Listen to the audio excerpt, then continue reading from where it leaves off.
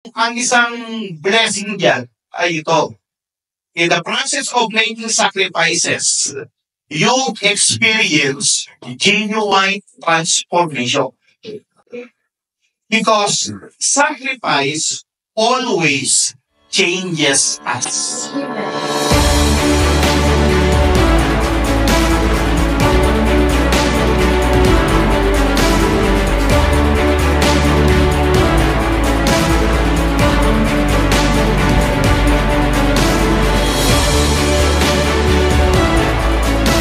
Ang isang tunay na disipulo, ang isang tunay na followers ni Jesus, ang laging panalangin, Lord, your kingdom come, your will be done, here in my life, here in my house, here in my family, here in my ministry, as it is in heaven. Amen.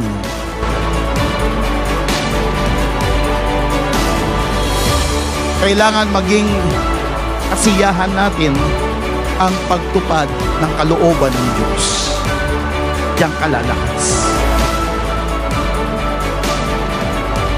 We must be fueled by obedience.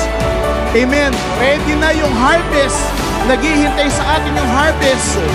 Lift up your eyes. Open your eyes and look at the fields, for the harvest is ready.